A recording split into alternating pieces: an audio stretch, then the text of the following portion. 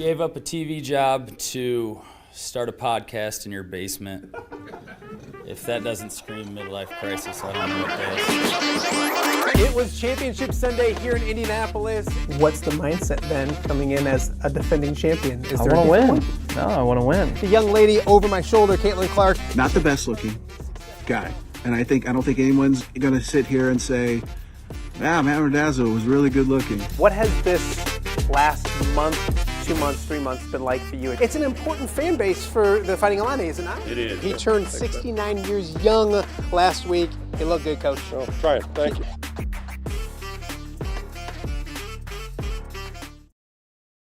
Welcome to Off the Air on a Friday here in the Quad Cities. It is Friday, March 14th, TGIF. The week is finally coming to an end. A beautiful Friday outside. I know weather is going crazy and everybody's getting pumped for a storm tonight, but enjoy the day out there. It's windy, but it's supposed to be 80 degrees. So watch the show. Don't go anywhere. Watch the show. Or later on this afternoon, download the show. Go for a run. Enjoy the nice weather. Go golf. Go do something like that. And then, of course, the end of the world coming with a storm tonight. So thank you guys for being here. We appreciate all the everydayers, all those people that are here watching every day. We appreciate you. If you're watching on YouTube, thank you so much. Up to 750 subscribers. If you haven't subscribed, please do so. That helps us out a ton. If you have subscribed, tell a friend or two or 10 or as many as you can. Kind of help us grow this thing right here in the Quad Cities. Also, if you're watching live on X, thank you for doing that. Over 2,200 people watched the show on X yesterday, which is crazy, but very, very good. So we appreciate you if you're joining us on X as well. Also, as I mentioned, we are on a podcast platform where you can pick us up anywhere there. A lot better because, one, I'm ugly. And then if you find out who's on today, the two guests I have on today, you don't want to look at. Trust me. When you find out, you'll completely understand that. So check us out on the podcasting platforms as well. A lot to get to today. Been a great week. Been a fun week so far. If you missed some of our shows this week, Pat Anger always on a Monday. Very interesting stuff as always from them. So go check out that one.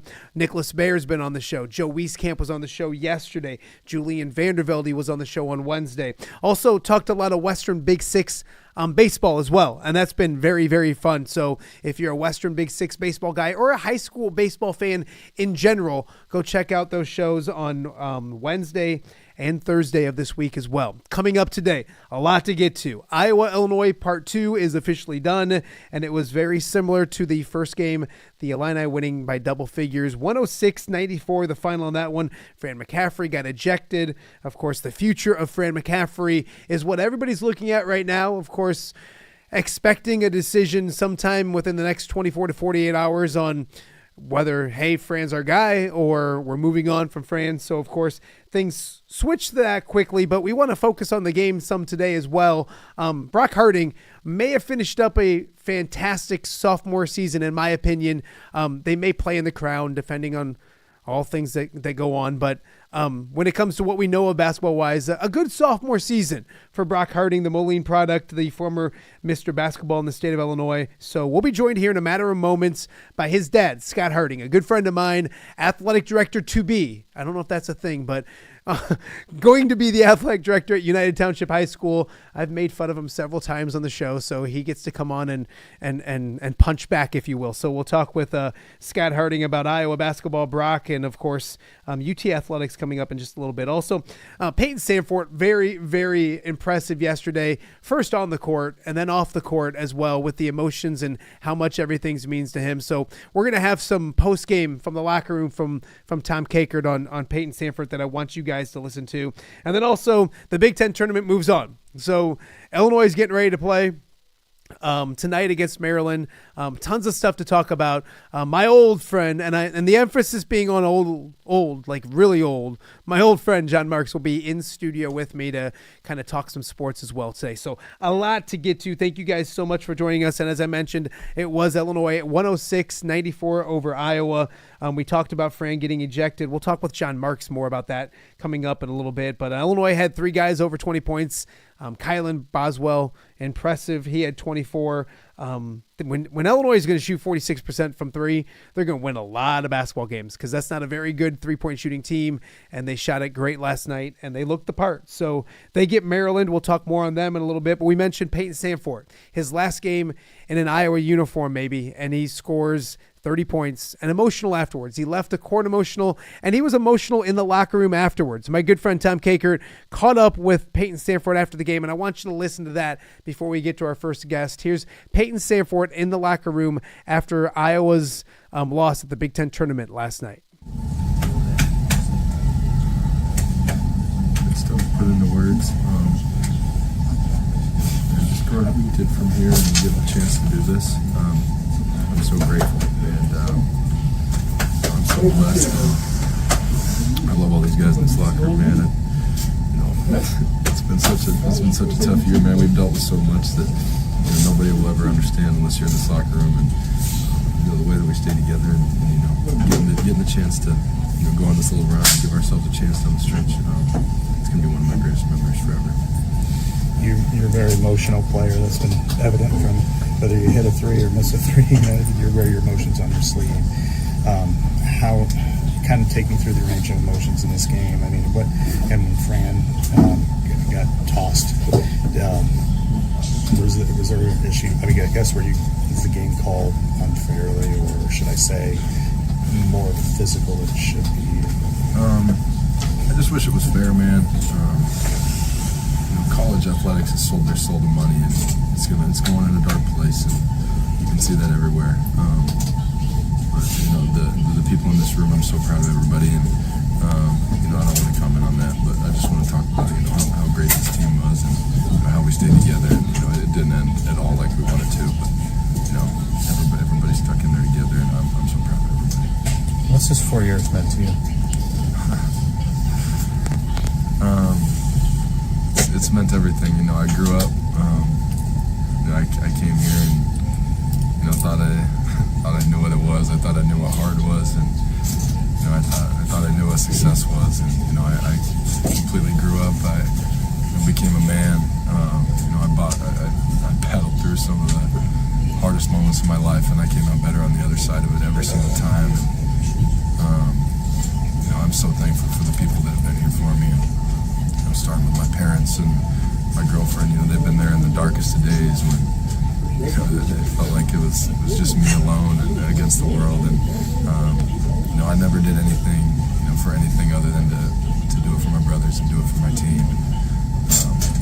There was a lot of tough moments this year. There was a lot of tough moments in my career, but there were so many good moments too. And I'm just so blessed to be able to have done this for 4 years. Can you tell us what you went through to play basketball this year? Now that the season's kind of done, because it's a laundry list. It's tough. Obviously dealt with the fractured wrist for the whole season. Happened at Washington State. Dislocated my shoulder at UCLA. They told me that it was that my season was over. I told them no, and I'm gonna keep going. I can barely walk. I got some shit going on in my elbow. I don't even know. Dislocated my shoulder again against Oregon. I look like an idiot with this tape on, but if I didn't wear it, I wouldn't be able to play.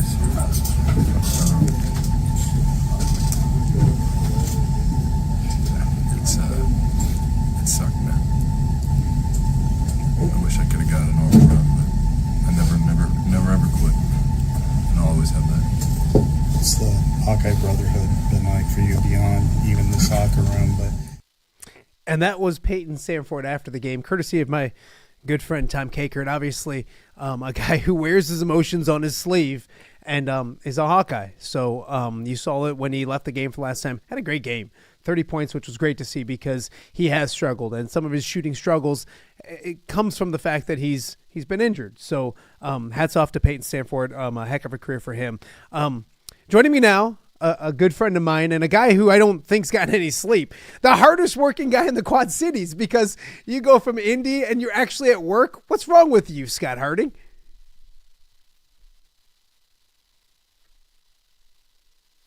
Scotty, I can't hear you. So can you check to see if you're muted? You may have muted yourself just to make sure you didn't say any stupid. So we'll check that, and I'll let him figure that out and give me a thumbs up. How about now? There we go. How about now? Yeah. Did you sleep at all? Yeah. Yeah, a little bit. So yeah. Just a little bit. Yeah, in Indy, and felt like I was an Indy driver on the way home. So it's good. But yeah. Before we get into this, okay, you can't have me come on and you rip me, and then you play the Payton Sandfort post-game presser, the side, and say what I really wanted to say.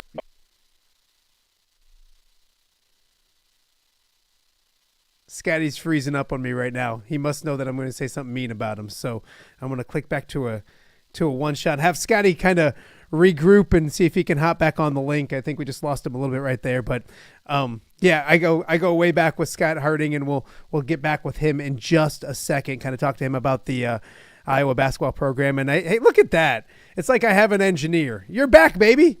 Were you going to make fun of me? Yeah.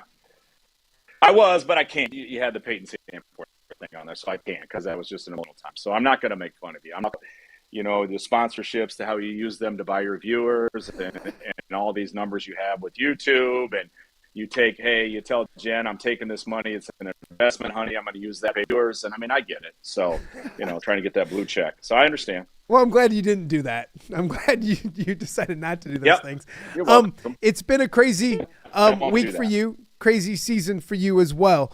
Let's kind of talk about that because, let's just start with Indy. And we saw the emotion from Payton, and you were in Indianapolis yesterday. What was it like being around those guys? And I know it was a tight-knit group that battled each and every night, Scott. It was. And those kids, every one of those kids on that team, they're awesome humans at the end of the day. I mean, and I think that gets lost sometimes, it's so hard you're a quarterback and run your mouth about this kid, and to see the emotions of those kids like again when they came up to see their parents, and obviously it's every one of those kids are brothers, and that goes the same for every team. And there's when you end a season, or what fits the season or not on the loss, and it's tough. You got guys like Payton that injuries all year and just kept competing. He put a cape on last night. If you were going to say, hey, Payton's going to score 30 and we're going to lose, I would bet against you on that, right? But it was tough. Yeah, and Scott, you look even at the fact that you have Josh Dix go for 27. I mean, I think if you would have looked at the box score this morning and looked at it and said, man, that's probably something that we're going to win. That's probably a game that we're going to do all right with. So didn't actually go down that way. When you look at the way these guys played, and your son and these guys, and they've went through a lot, injuries and all that kind of stuff. What was the second half of the year like? And they did battle. And I think that's the one thing you heard from everybody is they showed up every single night. Might not have got over the hump some nights, but they showed up every night, Scott. Yeah, they did. And my oldest had a good point when they played Michigan last week, or was it? Competitive game, you get no trophies for second place, but competitive game. And he made a comment. He goes, that's not a bad loss in like early January, but that time it's not a great loss because you just got to win, right? Those guys do. They all did. They competed their butts off, every single night, and there were hours for them. I mean, it got ugly, not within the team, but just ugly. All the rumors, all the social media pirates, and all the everybody knows everything. And Fran sucks, or Brock sucks, or Payton sucks, or Josh sucks, or Owen sucks, whatever it is, right? And all the people that never touched the ball in their life that have all those opinions that really don't matter. So that was tough on them, but they stayed together, and that's tough to do. I think you saw the kid from Indiana. I'm going to say his name wrong. The big kid, Baloo, is that right? Yeah. When he made the comment in the post game, he's like, it's just mentally draining on you sometimes, right? Now, being said to all those guys, you're not amateur athletes anymore either. You're getting paid, so you're fair game. So I get both sides. Absolutely. Scott Harding joining us right now and Off the Air with Matt Randazzo. I want to talk to you about Brock because he did go through a lot this year. And I've told everybody I'm as biased as can be. I've known that knucklehead since he was little, known you for a long time. But I thought he played well. If I told you at the end of the season that he would have, be fifth in the conference in assists and shoot almost 40% from three. There's a lot of things that you can look at from Brock's season. And I know your dad, and you're probably more critical than anybody else. What were your thoughts on the strides that Brock made this season? I thought he was good. I think that he got to see his older brother go through it too. You're going to have lumps and some growing. And if you ask him, where you like where you're at, his answer would be no. Ask his mom, Jay Billis, she would say no. But he did. He made some good strides. I told him earlier, improved to bad. I won't use the term I used in our group chat, but you've improved. So yeah, he's made some jumps. Obviously, he's got a big jumps to make still if he wants to continue on and be, every kid's dream is to play in that tournament, right? And that's his goal. When he got that was his goal. So that didn't happen. If you ask him right now, that's the hardest thing. When he came up, he was full of emotions last night, and that's the thing that gets, in his mind, they're going to the Big Ten tournament and they're winning it. We're the 15 seeds, so we're going to win the damn thing, right? That's his mindset, and that didn't happen. Yeah, absolutely. Scott Harding joining us right now.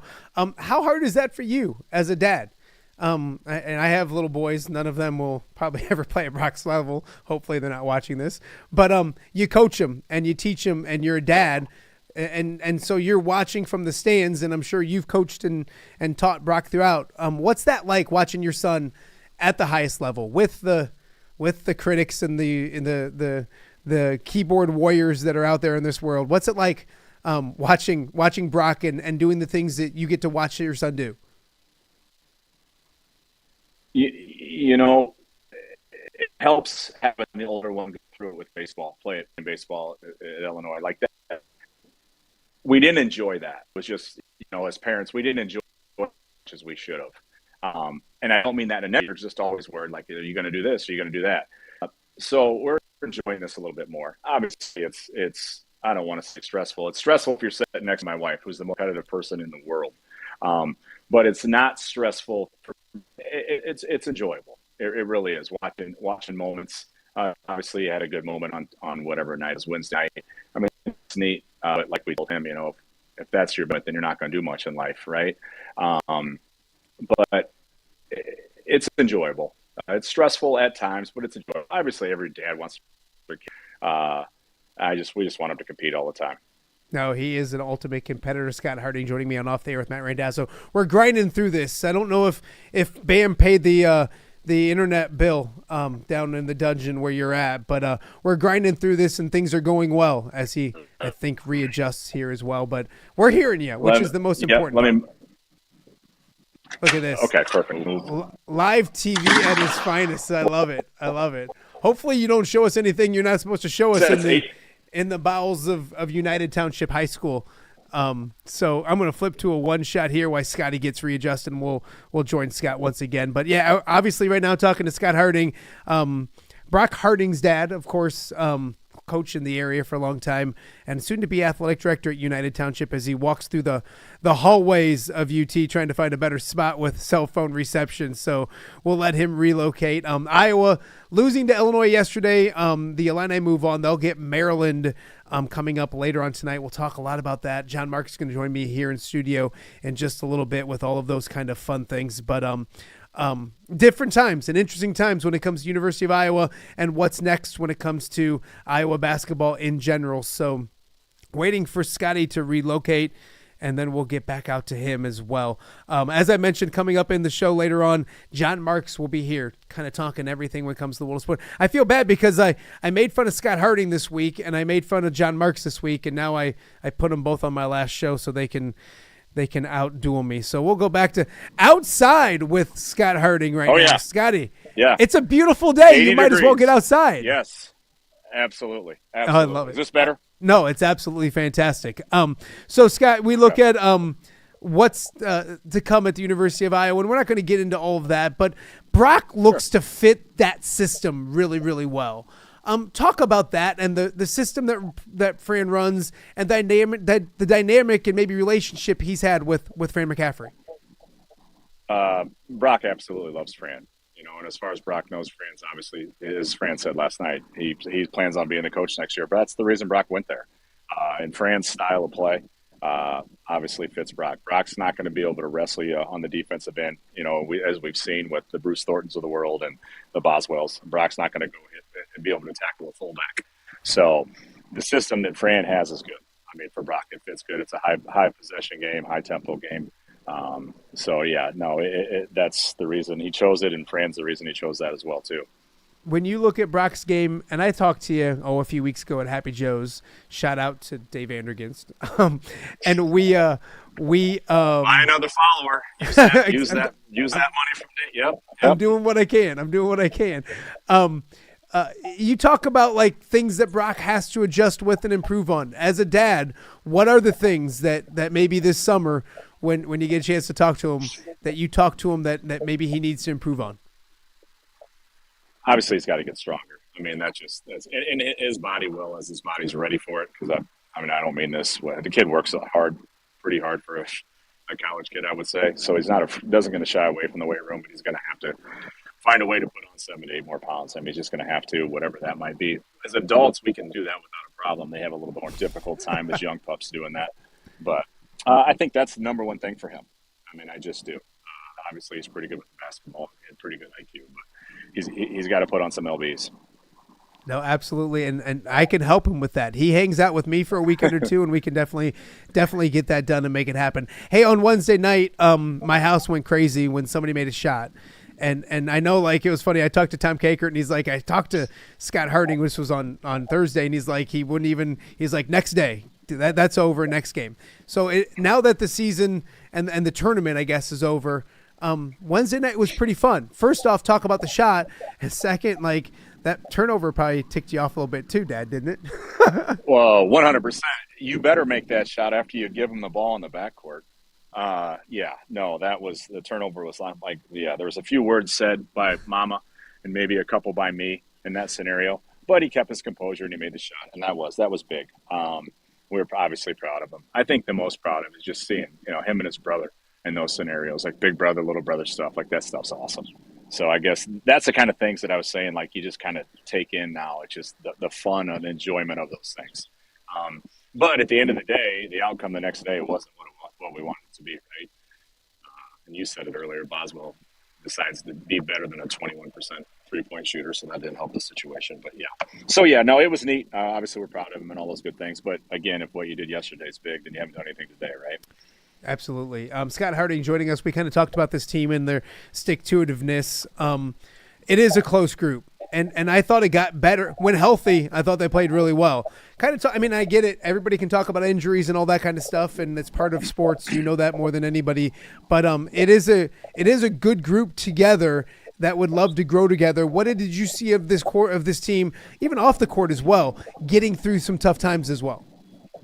Absolutely, and the relationship, and people, all these so-called experts that aren't in the locker room, and I think Payton references that quite a bit too. But he's right; they don't have any idea what's truly going on, and they don't understand how hurt Payton was. They don't understand Josh was hurt 2 to 3 different times. There's time when Josh would play 40 minutes, couldn't move, his knees were a mess. Those guys didn't take practices off, didn't take times off. I mean, it was a grind for them.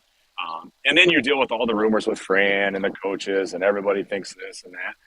So it wears on you, but they got tighter, and when their backs were really against the wall at Nebraska, I mean, I would, if I were a bet man, I would have bet on a dub at Nebraska on senior, right, to get into the tournament. And they did almost the unthinkable.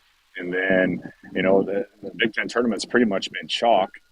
And they did something. I didn't like the matchup when we were going to. I would have rather played Rutgers selfishly, and then we go and out wrestle Ohio State for that game. So that just shows the kind of kids they are. No, 100%. Can you talk about the way Brock is wired? I think I've talked about it with Jordan Delp a little bit. I talked about it with Brock when he was on the show. But you know more than anybody. I don't think people – I use the word competitive, and Jordan Delp didn't like that word. I mean, he's just wired differently. Talk about the way your son is wired and where it maybe come from. Well, it comes from his mom, and that's honest to goodness, without a doubt. But it also comes from having an older brother, right? And just getting the absolute, what, beat out of you by him and his friends growing up. If we could have shown you live videos, and Johnny Marx will have some knowledge of this, but when they were little, because him and Jackson played together, but he wasn't always the most pleasant person to be around. I'm going to be honest with you, but he is like, everybody says he has a chip on his shoulder, right? And he does, but he truly does. He hates to lose. It's almost to a fault. I mean, if there is such a thing, he does. He hates to lose. He hates all those things. And I think it just being involved in Big Brother's life, that's the ultimate difference with Brody, and getting to see him go through all those things and learn from mistakes and those things. But yeah, so he's got a little bit of different. I mean, there's things that come out of his mouth sometimes still in our family group chat that I'm like, oh my goodness. And then I got to remind him every day, hey, mom's in this chat too. Don't forget that. But yeah, we're blessed most days. Most days. I love it. When he took to social media, Scott, I told people that's the most Brock Harding tweet I've ever seen. Like, that would be exactly what I expected. Yep. What comes through Dad's mind when you get on good old X and you see that Brock kind of chirp back a little bit? I immediately sent a message to the group chat and I said, Brock, you just lost. You just got beat. And then Brody calls me and he's like, nah. He goes, he's wired different on this one. He wants them to know that they're irrelevant and this and that. So yeah, I wasn't real happy with it. Mama wasn't real happy with it. Brock was really happy with it. And actually Big Brother was okay with it too. So I'm like, okay, I guess Mom and I are a little old on this one. We'll let it roll. But yeah, no, my initial thing was, because we always tell them, like, right, nobody ever gets inside your head. You don't ever get beat mentally. And by acknowledging people that are irrelevant in life, you got beat mentally was my initial thought. Absolutely. Scott Harding joining me. I know you have a lot to get to, so I got a couple more for you before I let you go. You keep mentioning Big Brother. There's a vicious rumor going on that Brody Harding was wearing an Iowa sweatshirt not once, but twice in Indianapolis, including playing against his alma mater. Can you confirm, deny, or talk about that at all? I can confirm, and I can do you one better. He wore it at Champaign when we played him there. So that's 3 times. And he took it off last night, and he said, Dad, I'm not going to wear this anymore. But he's worn it 3 times. So, yes, it's confirmed. He might have taken it off as we were walking out of the building, though, before we got outside of Game Bridge last night, though. No, I bet. I'd love to hear that. I know they had a great relationship, which is great as well. You're at United Township High School now, and I do want to talk to you about that as well, because I joke with your athletic department, and I hope these knuckleheads don't listen to this because I'm going to forget some, and I don't want them knowing that I like them. No, Daz, nobody's listening. I love that. I love that. Thank you. I appreciate that. Thanks for the reminder. That's what my wife tells me. Nick Welch and Andy Say and Pav and all those guys and Toby's roaming around in that building. God bless you. It's a great department, and Bam's done such a great job. So I always make the joke that you're going to screw things up, but you're going to be. Is there a thing as athletic director in waiting, or like it's like you're the athletic director elect, like the president, something like that? Yeah. But yeah. How excited there's an inauguration day. Am I invited? No. We're going to have a real podcast there. I love it. What's that? How excited are you and you've been in the department and you've done a lot with it, and Bam's done a great job, but how excited are you to take your new role with a great staff, and Bryce Lucan is another guy I just missed and I didn't mention. Heck of a department at United Township, kind of seems to be doing things the right way. You hit it. First of all, you hit it on the head with Bam. Like Mark Bostelnik, there's nobody better, right? And I mean, nobody wants our student athletes to succeed more than that guy. And I'm blessed to be able to, and you're right, hopefully not screw it up, and follow in his footsteps. The beauty of this whole transition is him and I are great friends, so it's been awesome with all the help and advice and different things he's helping me with. So that part's been great. And I can't reiterate that enough. There's nobody better than Bam. As far as our staff and our coaches, awesome. I mean, it really is. Van's done a great job assembling that. But I think that also starts with our admin, right? From our superintendent all the way down through our principal and our assistant principals. Like, they truly are involved, invested in our students, like every admin team is, but they're also involved in their extracurriculars. I mean, it means a ton to them, and you don't find that everywhere. And I believe we're really unique in that situation here, because from Dr. Morrow all the way down, I mean, they are vested in, and they want the best for all of our student athletes. And I truly, I've been to quite a few different high schools in different states, Florida, Iowa here, and I haven't seen an admin team like this. So that really just makes it so good for our coaching staff, to know that they have the backing of everybody involved. Scott, you look at the facilities as well. You just gutted the den, and you refurbished it. Looks great. I think the Soul Bowl is quietly one of the best stadiums in our area that people don't they sleep on it, and that's the administration again as well, is making sure there's resources for student athletes to have success, isn't it? Absolutely. They're vested in it completely, and they'll do what the money will allow us to do, right? And if you can get a little bit better with your pod, we can maybe get your name on the court, and then we can do some other things, maybe build a PE facility or something, and we'll call it whatever you want. If we can get you on it. That seems expensive. I don't know if I can afford that. I don't know if my wife still prefers. I have sponsors, so I'm not unemployed right now, which is the cool thing. I'm not just an unemployed guy. Right. I'm actually a little bit employed, which is good as well. Before we let you go, Scott, a couple more.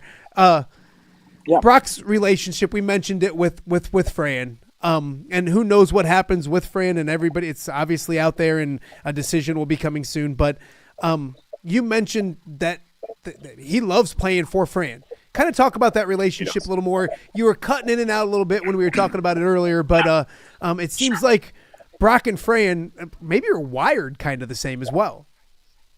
Yeah, Fran gets that rap, right? Red-faced Fran, all that stuff. We've all talked about this. He's not that guy. I mean, have you ever heard a player talk bad about him? You haven't. I mean, they all love him. I mean, and you see him getting a little bit irate every now and then. Last night, he didn't deserve the second tee, but whatever. He was sticking up for his guys. But Brock, it's awesome. I mean, the stuff that when they watch film or Fran brings them in and they're talking about things and the conversation they have. Funny story, Brock's freshman year in the summer, him and Tony Perkins, TP, really good friends, right? And Tony wasn't practicing, pulled his quad a little bit or something. And he was sitting down in a chair, and Brock walks by and tosses the ball off the back of his head. And Fran just lost it, just loved it. And Brock maybe said something, too, that I won't say on the show. And from that moment on, it was like Brock's like, oh, he goes, he said, what did you say, Brock? And Brock's like, uh-oh. He goes, do I repeat it? Is he happy with me, or do I make something up? He goes, what'd you say? And he repeated it, and Fran just lost it. And it was weird. It was like one of those moments, right? But going to Brock's relationship with him, I mean, they get along. Brock has nothing but good things, nothing but awesome things with Fran. He really does that.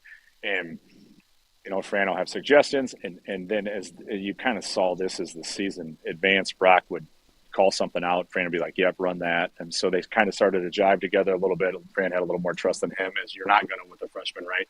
The best thing about a freshman is they become a sophomore, right? So that relationship is awesome with those guys. So, and obviously that's why Brock chose Iowa with Fran, and as well as with the system and style that Fran plays. Yeah, absolutely. Last one for you, and this is a loaded question. You could probably talk all day on it, but it becomes a weird time for a Brock Harding and Owen Freeman, and not even just those guys and Josh and all those guys, but just at every school around the area, right in the nation. Because like, I'm old school, you're old, and you went to school, so I guess you're old school. But what'd you say? Yeah, exactly. It's weird. We grew up and we watched the same dudes at the same place, and it's just different. I guess I don't know if there's a question, but it's just different nowadays because the way college athletics are, it just allows the wild, wild west to happen. What are the next few weeks, months like, and what are your thoughts when it comes to the fact that college athletics really isn't the college athletics we used to know when we were growing up?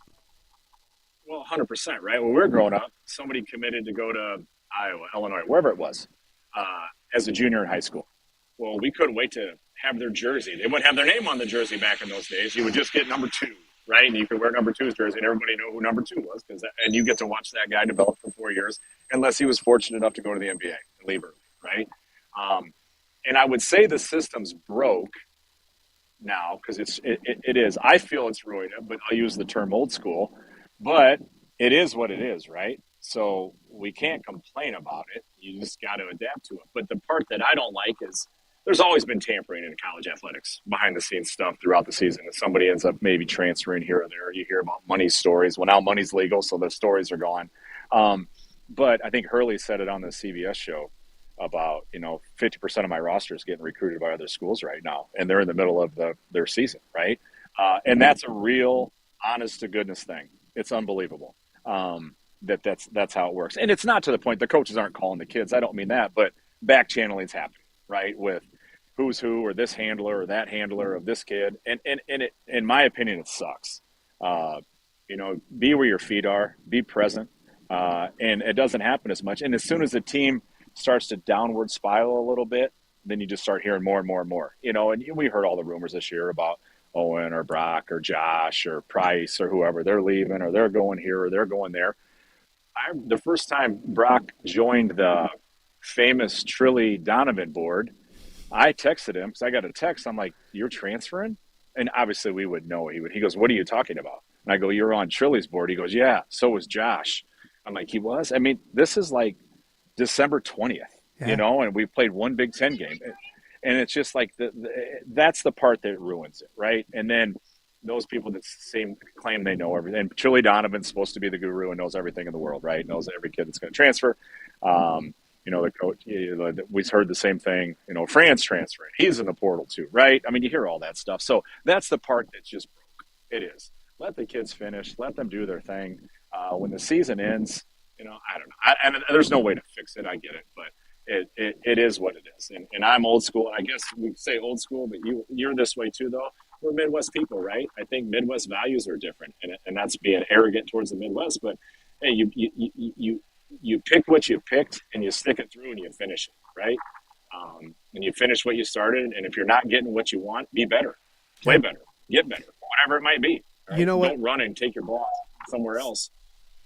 Scott, Pat, not to interrupt, but Pat Anger was on Monday, and he talked about not playing his sophomore year in a game against Wisconsin when all the linebackers got hurt, and he thought he was going to go in, and they found another linebacker. He didn't even go in, and it was like a come to Jesus moment for him, which was a cool thing to listen to. But he goes, nowadays, probably would have gone to the portal, or somebody would just, and he goes, instead of just taking the easy way out, and I'm not saying every kid that goes to the portal is taking the easy way out. So that's what you got to be careful about, because there's certain reasons, and I get it and all those kind of things. But he just talked about how, like, instead of taking that option, if he obviously wasn't around, he got better. He made Iowa football the most important thing in his life. And he ended up that fat knucklehead ended up playing 5 years in the league or whatever. So I think that's kind of what you're getting at, is that sometimes you just got to go back to work in order to get what you want. Exactly. And obviously, like you said, there's situations that doesn't come into play. But at the end of the day, and you look at it, youth sports are ruined, right? Like, I mean, youth sports are ruined because I start a travel team. I have your son on it.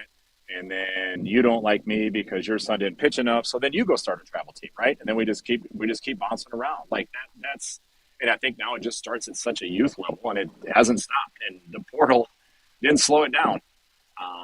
And again, there's obviously situations that you can't blame kids in it. A coach leaves or whatever the situation is, or maybe the kid, bit off more than he could chew. And no matter how hard he works, you can't be a dude there. So you better go figure it out. Maybe you need to transfer down or whatever the situation is. But yeah, it is wild, wild west, and I like to say I hate it, but at the end of the day, it's here.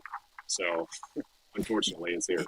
I always say kids got to embrace it, and you can't hate them for making money. So it is a business now, not just college athletics. Well, Scott, this was the most impressive interview I've done in my 2-3 months doing this, because you started inside, you moved outside, and the athleticism was amazing. You can see where Brock gets his quickness, because it was, and it got people to see, like, there's like half of you nowadays.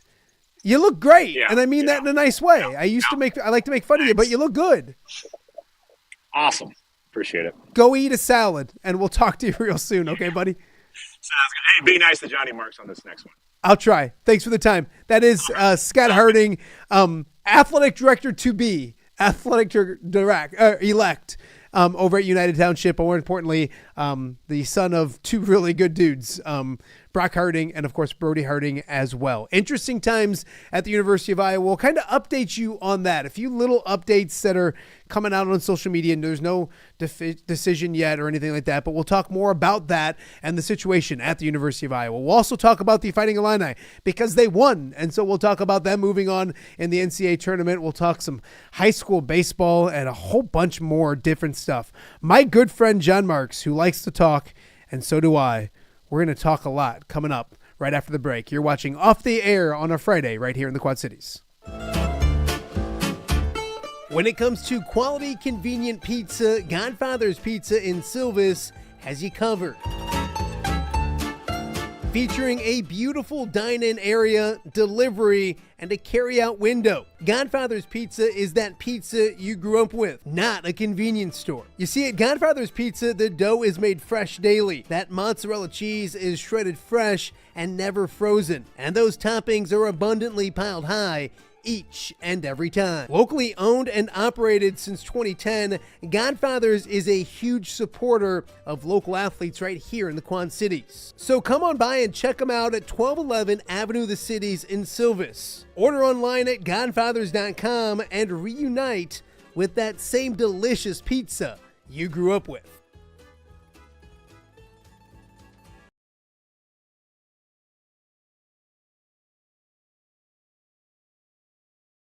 Hello, Dan Pearson here of FCA. Our team is thrilled to support Off the Air with our good friend Matt Randazzo. We share the view of the power of sport when it comes to relationships, including the influence of the coach. FCA believes the coach is the most influential person in America. Matt celebrates local coaches and athletes. His content is informational, insightful, and inspirational. Our Fellowship of Christian Athlete team loves partnering with Off the Air with Matt Randazzo while we engage, equip, and empower coaches and athletes in our 23 counties. FCA, the heart and soul in sports. View from the West, the podcast covering Illinois high school football. It's going to be a hard-hitting game. It's going to be great football. Weekly analysis and reaction from around the western side of the state of Illinois. This is the game we had circled when the year started. Follow along on YouTube and subscribe wherever you listen to podcasts. It's big-time football out there tonight, and I know we can play big-time football. View from the West. We got you covered.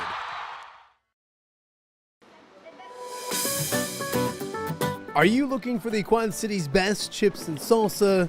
There's only one dude to turn to. Right on. Snoop. Hand-cut chips, fried fresh with that crunch you've come to love.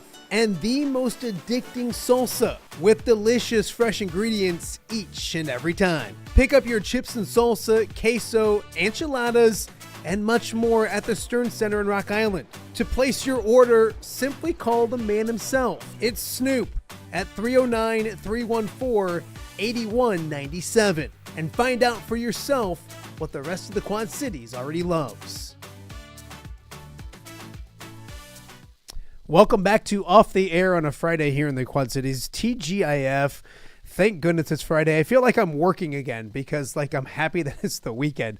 I feel like it's been a good week. It's been a fun week, but it's been a tiring week kind of figuring things out. So what I needed today just to get me through my Friday and just vent a little bit and talk sports is to be joined by somebody that I argue a lot with. I never win. And the one television show I watch a week with my wife. Actually, have 5 minutes with my wife. Who calls in the middle of Matlock last night? and Matlock is still on? It's a new one with Kathy Bates. Oh, it's the only television show we sit down and actually have 5 minutes together. I swear to God. I know it. I called and I could tell because when you call John Marx, you usually, and God bless you, he's a good friend. I'm gonna make fun, and I made fun of him twice this week. We'll talk about it, but he always is there to listen. And usually I got a lot to say. And like you could tell yesterday, you're just like, shut up, man. I got to go. So, and then I called him back again. He didn't answer. He's like, no. The phone rang and it was, I love you, but wasn't going to go get it. I love it. Hey, happy Friday. Thanks for coming in. Thank you. It's great to see you. You've done phenomenal and I'm proud of you. I appreciate that. It's been fun. And people, for some stupid reason, keep on watching. And that's a beautiful thing. The guy you just had on is in my my circle of 5 people that, if I was in trouble, I would pick up the phone and call. And it's like you and I, when we're out and somebody says, well, God, he was a pain in the backside as a newspaper columnist, and you were a pain in the backside, and Burrich. Yeah. You guys were pains in the backside on TV. And then I said, well, stop. They're my friend. Before you say anything, those are friends, and I'm going to the wall. The guy you just had on, I would walk through hell in a gasoline suit for. And he's taking care of my family. And you mentioned my son. He's taking care of me. He's taking care of my son. And I owe him the world. And I would do anything for him. Is he paying you right now? No. But we've exchanged. No, he probably owes you something. No, he's a good dude. And I you know love what? him That's a tough like conversation to have in an interview because absolutely, his son just lost his son's coach is probably going to get fired here soon. Yep. And like it's and I asked him and he said, yeah, we'll do it. And I even said to him like, what can I ask you? What can't I? He's like, I'll answer what I can. What I can. And he's an adult. Yeah. And he's been through. He's coached in championship games, state champion. He's played the game. He understands. And first of all, he's a smart, intelligent, honest man who's not afraid. Yeah. So. And I always say too, I remember when my son got started in the Hitman organization, and it was like he was 7U, I think. And one of the people they brought for the beginning day was Scott Harding. And like just hey, here's how you put your glove down. Here's how you do some things that like aren't still taught today.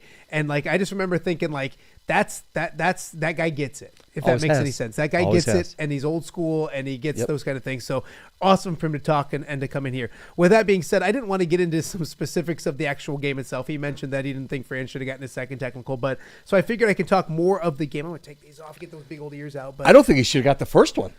He had to have said something. Yeah, I know. You know what that's like. It's not always like the rain. I understand the magic word. I've said it. So obviously that one hit, but to get the second one bang bang and be done, like I turned and blinked. I'm like, oh man, there goes Fran. But you know why he got the second one?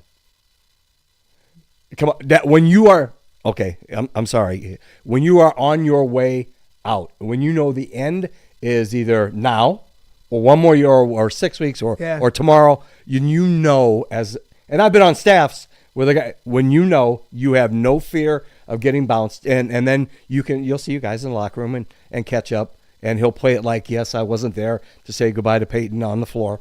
Okay, I get that. When you know the end is near, that weight is lifted, and the guys, whether it be anybody in a position of authority, you are going to challenge, because what can they do to you? You get bounced? Okay, I got bounced. I'm going to get bounced again. Yeah. I was surprised. I mean, he was he's going to play the role that he has to last night. Yep. And hey, no, yeah, absolutely. I get all of that kind of stuff. You're not going to sit there and I like the guy. And I like, and I've talked about on the show, like I personally get along with Fran. If I'm an Iowa basketball fan, I understand the other side of it. I understand the business side of it. Sure. I've said for so long, like, if he's looking at just coaching and like his resume as a coach on the court, like phenomenal. He's got enough equity to get through a season like this. I'll go as far as saying is he may save his job. I don't know. We've talked a lot about like, and rightfully so. The Illini have dealt with a lot of injuries. Yep, and illness, and illness and all that kind of stuff. And it's almost like it's forgotten about in Iowa City. Like if Owen Freeman's still healthy, if Cooper Koch plays this year, if Drew Thelwell's ankle's not bad, they were 17-15 going into last night's game. If Owen doesn't have more. Yeah, I mean, aren't they 20? Yeah, they're at least 20. On the bubble going into the Big Ten. With an arrow going up after and not worrying about beating Nebraska to get in. Yeah. And they have a resume worthy of Sunday getting an opportunity to continue to play. Not CBB, not NIT, but in the real Big Ten or real big dance. So yes, again, you and I don't control any of that. We're allowed to have our opinions, and that's exactly what I'm sharing. Why he got the second technical, was not afraid to get bounced yesterday, is because I think he knows, and maybe I know he wants to coach. I'm a huge fan, but maybe it was just time, and he wasn't afraid of getting that second technical. No, I completely and I agree with that. But if you look at the big picture too, when it comes to yes, equity as a coach, probably to get him through it, but we've talked at nauseum about it. But the big business of college we just talked about it with Scott Harding. Is what it is, and you look at the crowd, you look at the percent. I mean, it's all part of college. Now, with that being said, is it all Fran's fault that the NIL isn't what it is? Look at Brad Underwood, and who's a tremendous coach, and I'm not anti-Illinois, but look what he has to work with. You got a couple of professional European players who are on your club, and guys making $1.5 million, and you're, I don't know if it's 6 to 10, whatever their budget is for, but it's more than $1.5 million, and that's hard to do. Again, I understand all that because I watched, and I've dealt with my son and guys not having X amount of NIL, and ex Georgia Tech, ex Clemson quarterback who's far beyond his value. It came to UMass and played. Yeah. So but you couldn't pay. Once you paid him, you can pay everybody else what they wanted. Yeah, no, absolutely. When you look at last night, then, I mean, I've had, you have the jokes on social media and the people of course, Fran is going to get thrown out in his last, all that kind of stuff. But I think if you look at last night's game, it is, I don't know if fitting is a word, but it's maybe ironic that the bugaboos of Fran, or the things that people talk about, is the things that, if you encapsulate that game, he got run, so the temper showed, and also they just didn't. They gave him 106. They just didn't play. Give Illinois credit; didn't miss a jump shot either, yeah. And shot 60%, almost 70% in the second half. Hats off to them. They got out rebounded 41-21. The other part of it, which was the death knell for, but they didn't have anybody really that can rebound in the post when you've got three guys 6'10" or better, 11, 6'11", and bigger, stronger. I get it. Everything that that encapsulated his shortcomings, or the belief that were Coach McCaffrey's shortcomings, were inability to maintain defensive stability, and they scored 94 points. Johnny, look at the box score. I know. If you show me Iowa's box score, I'm like, wow, they knocked off the Illini. Yes. I mean, they had guys they gave up shooting 106. great. Yeah, but 200 points. Yeah, it's just a ton of points to give up. So I do think it ironic, fitting, whatever it will be. And the question everybody's asking right now, I think you're going to find out this afternoon something. Yep. And I can't confirm anything and say report anything, but if I were a betting man, there's going to be a coaching change at the University of Iowa. And when that happens, and I don't want to put cart ahead of horse, so this show's much better maybe Monday than it is now, but it's such a different time. Johnny, Iowa doesn't change coaches. They changed Lisa Bluter to Jan, and it was just easy. It was hey, it was literally 5 minutes apart. It was Lisa Bluter's not the head coach anymore. Jan is the coach now. So it's been a while since I've covered a coaching search in Iowa City, but now it's just different because of college athletics. Oh. So basically, when you're telling me, when you get into when now for everybody out there, if there's a change, if there is a change, the portal opens up. Yep. And those guys can go into the portal. Yep. Now, I think they can announce they're going to go into the portal. I don't know if the portal actually opens up until a certain amount, but anyways, it's logistics of it. It's basically they can. So you have to worry about retaining in an era that's already hard enough to retain. Absolutely. And then when you go to talk to a new coach, be it Darren DeVries, Ben McCullum, whichever one you want to pick, and you go to talk to him, it's not just, hey, we'll give you $4 million a year or $5 million a year. The first question has to be out of their mouth, what's my payroll? Yep. How am I going to rebuild a roster? Because you're probably going to have to rebuild one. It's just, I don't know if I know any answers, but it's just a weird time when it comes to college athletics. And we've not seen it in this area with Iowa, Illinois, since everything's kind of developed in the last couple of years. And you always thought, Iowa has increased its NIL budget on the football side to stay competitive. Mm-hmm. And you would think that the basketball would be commensurate with football, and they would match, and they would be able to keep up, which you're going to have to do to meet the demands of the Big Ten Conference. They haven't, and that's not on Coach McCaffrey. That's on the people who want them to be good. That's on, and you have, it has to be an outside source. And well, they've done it for football, but they have yet to do it for basketball, and they need to do that to be competitive. Yes, is as you said when you were talking with Scott, I know all too well when a coach gets fired, and my son, I use my son who's okay. Well, here's a new calls, staff, here's a new person, yep, here's a whole new system, and here's my son, going with everybody else, and they only retained like 30 guys. So, and his life is much better, and he's getting paid pretty well. Yeah. So life is good with that. It is the Wild Wild West. It's not going to change. It's going to get worse because when the Big Ten, the SEC, and probably the Big 12 make that mega conference and then edge out the NCAA foundation, whatever that might be, and then it becomes like the G League, and you are a professional being paid. Title IX is going to suffer. Yeah. Those baseball, swimming, God, this hurts me to say about baseball, non-huge revenue sports, even though there are a lot of programs that do great at drawing people and being elite in the baseball side. You may not have a men's swimming or a women's swimming and diving team. You may not have lacrosse. You may not have those extras that aren't funded like the big 2-3. And that it's all going to go by the wayside. The landscape in 10 years from now, Matt, you and I probably won't be here, but you and I won't be here either. You and I will not recognize if what college sports is today. Don't like. I don't. I know. I've gotten a hard lesson in it. But with Jackson, yeah.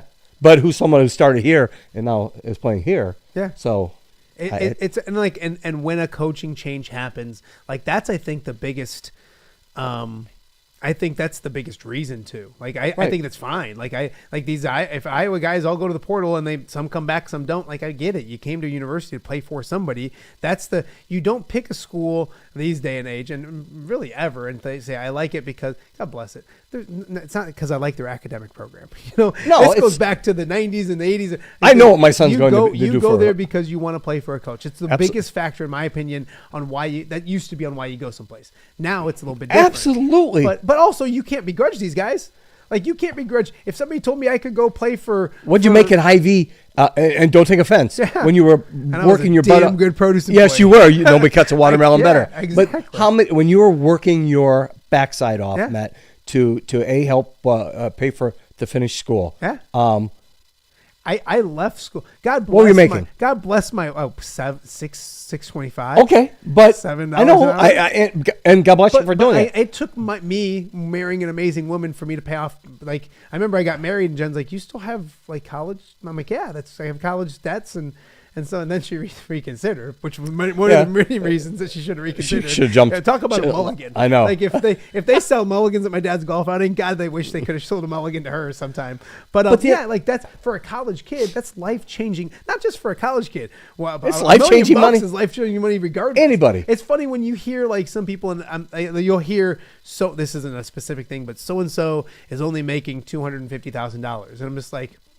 That's pretty good. Yeah. But like that's the and you can't begrudge them or absolutely fault them or not. anything like that when it comes to those kind of things. So they have to, it's scholarship and a great way to start your life. I do rudely keep looking at my phone, and I do that just is that because I'm looking hoping for I'm just looking for updates. Yeah. I honestly think I would guess sometime this afternoon you're going to find something out one way or another. You can't, and you can speak to this as well. You can't in today's day and age, and you don't want to be Minnesota. Nope. And send a tweet out at 2:00 in the morning, and that was bad. But especially a guy that played in your program. I do like Beth Katz. I think she's doing a really good job. I think she'll continue a good job. I do know when it comes. One last point on money is that I know the House settlement's coming, and I know that like a lot of people think that's going to help, and it's going to help. Yeah. But I wonder if, and who knows, it logically thinking maybe that just raises the floor. Raises the bar to challenge. Yeah, it just raises. So like if now you think, okay, now we're going to allocate this amount of money to men's basketball, that'll get us to where everybody else is. Well, then everybody else gets that money too, and they just go up. They're going to continue to grow. Yeah. Yep. Well, what did Ohio State do with a $20 million roster? Yeah. But they've turned over that $20 million roster and made 15 times that with television revenue, national championship, sponsorships, and the sweatshirts alone, Matt, will cover that. And it's not just also with Iowa. It's not just we get so much into that NIL stuff. It's the there's nobody in the stadium. No. Like, and I'm an old and Iowa they're going to fan redo that the facility. watching it. They want to do like a $60 million project to the facility. That's a tough sell to donors when you're not filling it up. And there's so many different things you can talk about women's athletics and the women's basketball team. But people got to. And I talked to a good friend of mine, Jerry Palmer. Yep. That he's like, people got to remember we're just talking about Iowa in general, and he's like, the men's stuff. It's $35 for an adult to go to a game and $20 for a student. The women's stuff, he said, it's like $20 a game and $5. I mean, it's a different. If you could get, but now that obviously that's probably gonna have to go up because of the way Iowa's selling the women's stuff. And please, Iowa donors, don't get angry. A lot of the older donors sit on their backs, their hands during the game, and aren't they love being there, aren't as enthusiastic as. What I love about the University of Illinois, the Orange Crush kids are right there. They're on top of you. They're in their face. And even when there was a bit of a struggle, whether it doesn't have to be this year, it could be a couple of years prior or whenever, those fans and young people came to the ballpark. It's not Fran McCaffrey's job. I mean, and some people probably think it should be, and they could help. And I don't know if he's done enough with it, but it's not his job to make sure the game day environment at Carver Hawkeye Arena is good. No.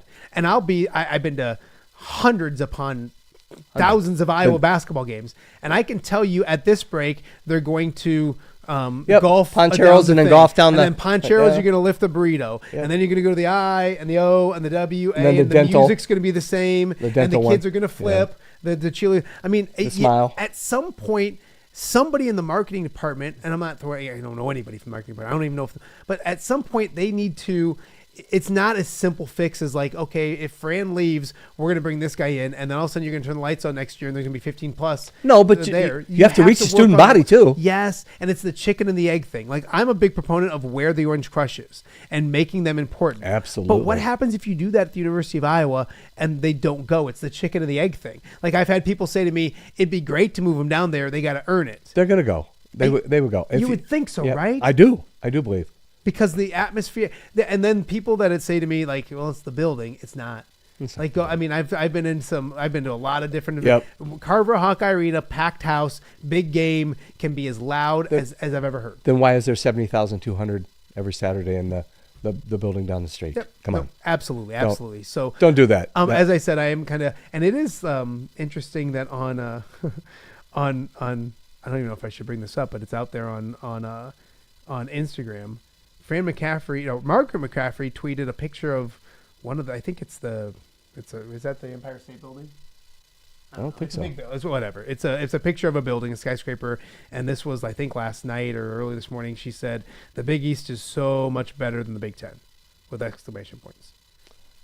I'm not the smartest man in the world, but if I'm reading tea leaves, it might be, I don't know, who knows? So there could be something going on. Well, everybody gets frustrated. And again, he's a 65-year-old man who has feelings just like that was you and I. I know. Yeah. But she's just defending. Absolutely. Yeah. And Margaret, who was maybe she was a better player. But and a tremendous coach at Notre Dame. And so all due respect. Here's the other thing, Matt. 65, you've earned it, and I know. Take a deep breath. Go watch Jack play. Spend time with Connor, who's on the staff. It's funny you say that, Johnny, because I agree, and I thought that too. But it's hard to go off. No, and I talked to Nicholas Baer, Joe Wieskamp on the show this week, former players, and people are right. And Scotty mentioned it, hurting on just a little bit ago on the show. There's not a player that I know that I can think of that have come back out and said, I don't like Fran McCaffrey. Like, I don't. But it's today's day and age. People leave and go someplace else, and they're gonna MF their coach and like, this guy didn't give me this opportunity, that opportunity. There's not one. Don't say that. And each of those guys, Joe Wieskamp and Nicholas Baer, both said like he was eager to coach. He wants to coach. He's not done coaching, and I get it. Like, I mean, when you do something for as long as you do something, you want to do it. I told you this is the Sienna story. Maybe Jackson. My two nephews, Jackson, were at Disney, and it's the Dickie V Classic in Orlando, and the Sienna basketball team is there, and I have all the boys. I have Jackson, AJ, Michael, and Ben, my son and my nephews, to take on the Buzz Lightyear ride, And it's like herding cats, as you know, if you've taken the kids to Disney. I know, it woke up my life. I know. But absolutely, it'd be like a 15-minute span. It's just my normal family. So so if I put Jackson and I in the Buzz Lightyear ride, I got no chance of keeping an eye on Ben, AJ, and Michael. Yeah. So we're all together. So Fran McCaffrey and his Siena basketball team is waiting to get on. Oh, this is a minute ago, isn't it? Yeah. And you go here, I can't remember the guard's name. You go with this group, you go with this group, and you go with. Oh, wow. Jackson and I went never together. heard that story. AJ had a Siena basketball player. Michael had a Siena basketball. That's the classy dude that Fran McCaffrey is. Yeah, all these bad stories I have to listen to through you, and you never even told me that one? No, that's really, really good. And then I had talked like just this week with players, like when I lost my dad, and Fran, I think we interviewed like a month afterwards, and like we had some time at a nightclub in between, and I mentioned that happened, and he sat there for 20, 30 minutes talking to me about, when he lost his dad and those kind of things. So, and look at the millions that he's raised for kids cancer in Iowa City and all that kind of stuff. So obviously that's, I think the biggest thing is regardless if people like him or not, and it might be time. I think I kind of edge towards it's probably time. Take a deep breath and find a new, But don't make sure we remember the things that he did do. Make sure we remember that he is the all-time winningest coach in school history. I know there's the no Sweet 16. I know there's a lot of things that people are upset about, but there is a lot of things. High that character he did kids well. in that program. Yeah, and he did. I had somebody tell me on social media that he didn't recruit well and didn't develop kids, and I'm like, he had like a first team All Big Ten dude. Let's count them. Matt Gatens, Luka was player of the year. Peter Jack, Utah, Aaron White, Luka. An 8-year pro in Japan, Aaron White. Murray. Yep. I mean, there was a long stretch where it was either first team All Big Ten or a player of the year. Anybody in trouble out of that group? Yeah, I mean, you look at that kind of stuff too. Not a blemish. And so there's plenty of good that went with Fran McCaffrey, and again, we'll find out maybe later today. And that's the thing, they need to find out quickly. Yep. And they need don't drag this along. Either come out and say Fran's our guy. We can't wait to play in the Crown. Let's do it. Or we move forward and we find a new coach. I wish him nothing but the best. Let's talk about Illinois, and then we're going to take a break, and I want to talk to you about some high school stuff as well. But the Illini are shoot it now and that's the thing is, and shooting cures everything. I remember my goofy ass coaches, and we'd beat somebody, and it's easy when you make shots. Well, look at and that's been the bugaboo with Illinois is they've been really bad shooting. Boy, the fact that they shot, the thing is they shot it well. I think it was 14 of night and day from maybe Duke, 12 of 26.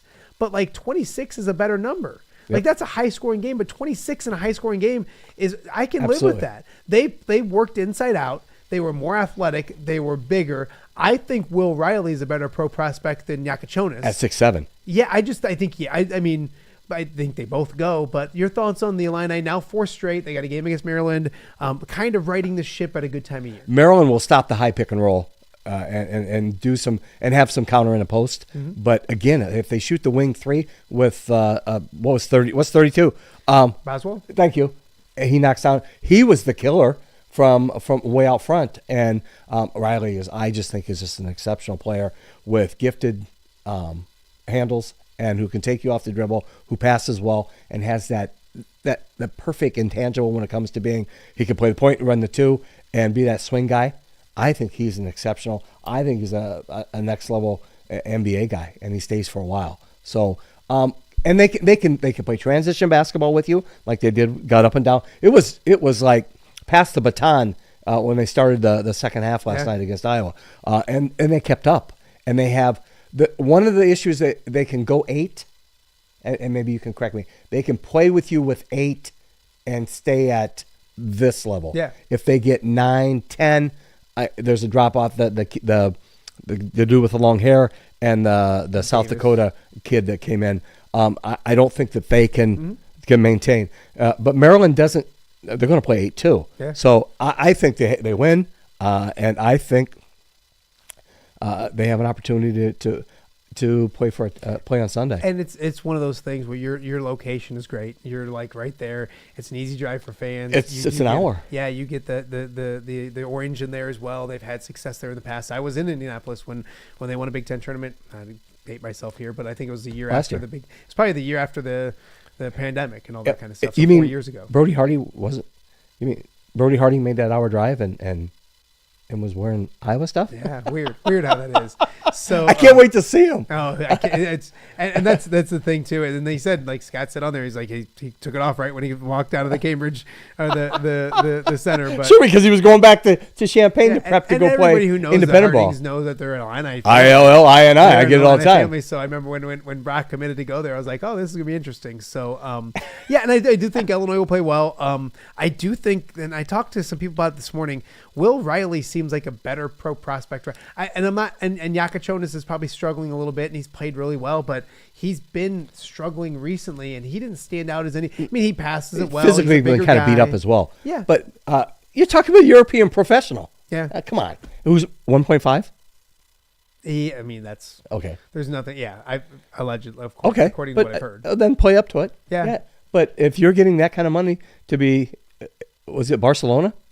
I'm trying to remember. Whatever. Something like that. Okay, but come on. Yeah. And dominate the post, and then step in and knock down that baseline or wing three, which you have the capability to do. But he's got to have the ball in his hands.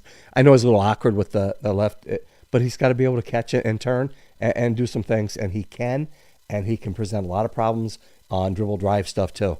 Yeah. So, Illinois is just going to be an amazing. There's going to be some people that have them in the Final Four, and they're going to have some people that have them when the big tournament comes around out in the first round or in the round of 32. I think they make at least a sweet. Wherever they are, I think they win 2 ball games. And if you look at that team and the length and the athleticism, and then you have like a Merez Johnson who's back, that he's just that guy who's just going to get you rebounds and all that kind of stuff and jump to the ceiling and he helps defensively as well. So no, absolutely, it's weird because like. I love a good Iowa-Illinois game. I love a good rivalry. I love the trash talk. And I was at a basketball banquet with my 7th grader, and like a lot of Illinois fans there. God bless them. And like it wasn't even like it was just because like the Iowa fans have the reservation of this is what it is. And but it is great to have both programs back rolling in the right direction if they can and all that kind of stuff because it's an awesome rivalry here in the Quad Cities. When healthy, they can win a basketball game in the 60s and the 70s, and when healthy that. If it wants to be a track meet as per yesterday, they can win a ball game when it's in the 90s and above, and score a hundy. And so, again, I like Brad Underwood. I know he's kind of like one of my favorite type. He wears his expression on his face, and he's a holler and a screamer. And I think that's the best way to coach. Yeah, somebody needs a bad cop. And then he's the first guy to like, hey, when he's done to like, congratulations and all that kind of Absolutely. stuff. And always complimentary. But he's the bad cop. He's got 5 assistants that are the good cops, and that's the way it should be. Are you the bad cop? Oh my, you know that. Are you saying you're the bad? And here's the okay. It doesn't phase my little guy's now an element. It doesn't. And if you can deal with my backside, my butt in high school, you can go get a job. Yeah. But some of the crap your son's a freshman. Let's address some of the crap that they get away with at the travel ball level is not tolerated at the high school level. Yeah, no, I get it. Mommies and daddies aren't in the dugout. Yeah. Mommies and daddies are not coming to the fence to talk to you during the game, or you get taken out. Yeah, I get okay, you're on your own. And it shouldn't be tolerated at the travel level. Never. It drives me crazy. Mommy's not going to bring her little beatbox on. That goes back to the old school Scott Harding that talked to my son when he was in 7U, and that's the stuff we talked about is like no parents in the dugout, blah blah blah. Get away. That's different nowadays, and so don't bring the little Gatorade to if you want something. We have water in the dugout, and B, if you want to give your, I see you smiling. You want to? I'm just telling you, if you want to give your son. Thomas Smith is watching this and laughing his ass off right now. If you want to bring your son something to drink, he better get it before in and out. Yeah. And then done for the day. But he doesn't. He comes out if you walk up and try to hand it to him. Yeah. First of all, he's not going to take it. Not now. Not after Coach Marx has been yelling at him for a month. You're not going to wear the flat brim. You're not going to wear your glasses when you hit. Whatever the $280 sunglasses you guys buy them. They're not going to have the Mr. T starter set on. Yeah. You're not going to have the 4 chains. We have a wristband with our signs on it. That's it. Yeah. And your shoes are going to be black or white. And you're going to conform, and mommy's not going to bring the boombox either. See, Coach Smith, if you're watching this, just record this and play this for your team because that's the lecture. That's it. And that's me. You'll get a kick out of this, and then we're going to take a quick break, and nobody else understands this, but I'm kind of telling you this as if we're not like pretending to do a TV show. But yesterday, Chuck forgot his shorts. Yeah, I saw and you he was brought good. He was good. And he's like, I don't need them, but if you can bring them, I can't. I'd like them. It's more. I'm like, okay. So I got it. Logistics. I'm like, I'm not gonna be able to get it to you. I'm just gonna drop them off the JV field. And I'm like, I'll send you a picture, let you know where they're at. Well, I pull up and there's the knuckleheads playing, whatever. Fungo golf. Yeah, fungo golf. It's I can't because I got a bad hip. And so I see John O'Barry, who I remember. It's weird. He's 25 now because it feels like I was just covering him. And it's funny because Charlie, I had to tell him last night, Jono, when you guys were practicing one time when Jono was there, and Charlie was like 7 or 8 years old, and he was there pitching and just with me like working, and Jono came over and watched him pitch, and he was great back then. But I see Jono, long story short, and I say, hey, can you give Chuck these shorts? He's like, yeah. And I go, make sure you mess with them when you do. And he's like, okay, I got you. And sure enough, I get a text message from Charlie. He says he doesn't have them. He has them. Are you sure?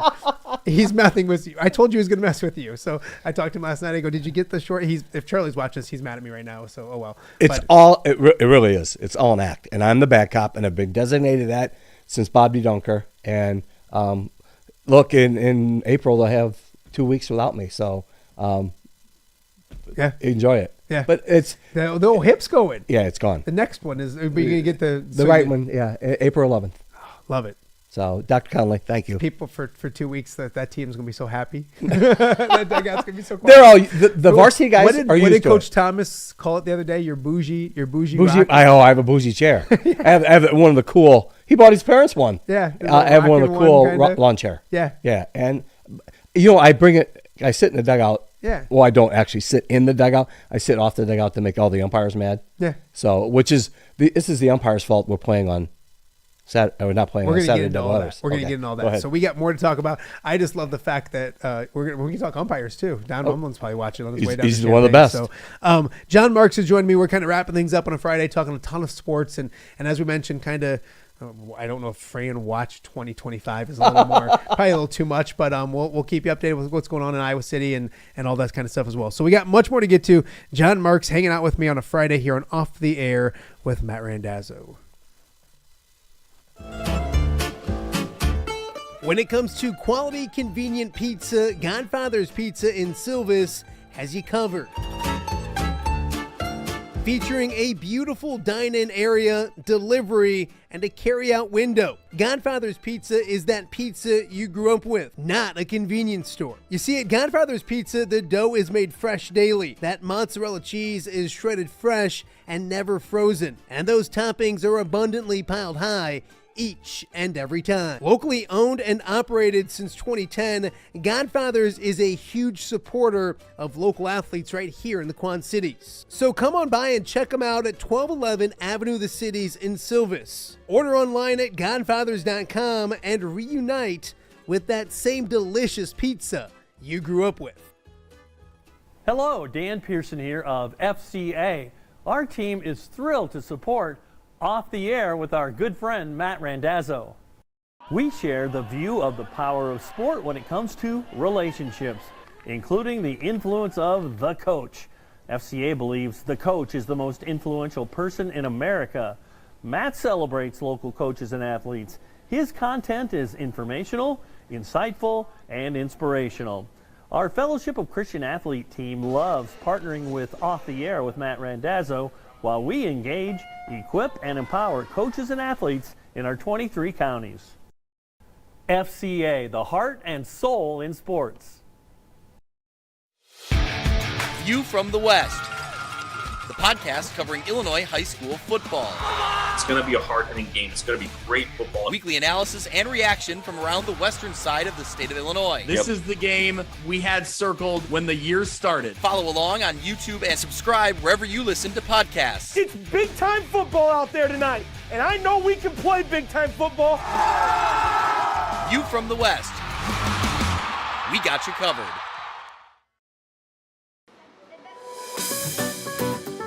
Are you looking for the Quad City's best chips and salsa? There's only one dude to turn to. Right on. Snoop. Hand-cut chips, fried fresh with that crunch you've come to love. And the most addicting salsa with delicious fresh ingredients each and every time. Pick up your chips and salsa, queso, enchiladas, and much more at the Stern Center in Rock Island. To place your order, simply call the man himself. It's Snoop at 309-314-8197 and find out for yourself what the rest of the Quad Cities already loves. Welcome back to Off the Air on a Friday here in the Quad Cities. I get to take these off because like there's an echo if I don't with you being in studio. I like wearing them. I think everybody should. I think there should be a national law that people should wear headphones every day. I don't have to listen to some of the crap that goes on. I'm a 10. Like you take away these big old ears, and I'm telling you, I'm about 10. I love that. I'm at 10. Beautiful. Like from 2 to 4. Mrs. Randazzo, you are a saint. You're going straight like to heaven. that. Welcome back to the Off the Air with Matt Randazzo. John Marx joining me in studio, kind of wrapping up a busy week of sports. Of course, March Madness is Selection Sunday coming up on Sunday. One of my favorite days of the year. And this sounds bad, but this is very true. I used to love Selection Sunday. And then when you do what I did for so many years, like it became like I didn't almost enjoy it because it was just like, okay, who's going where? It was stressful. Who's going where? How am I going to get there? Is my company going to, and this is a shot at my company, but it could be.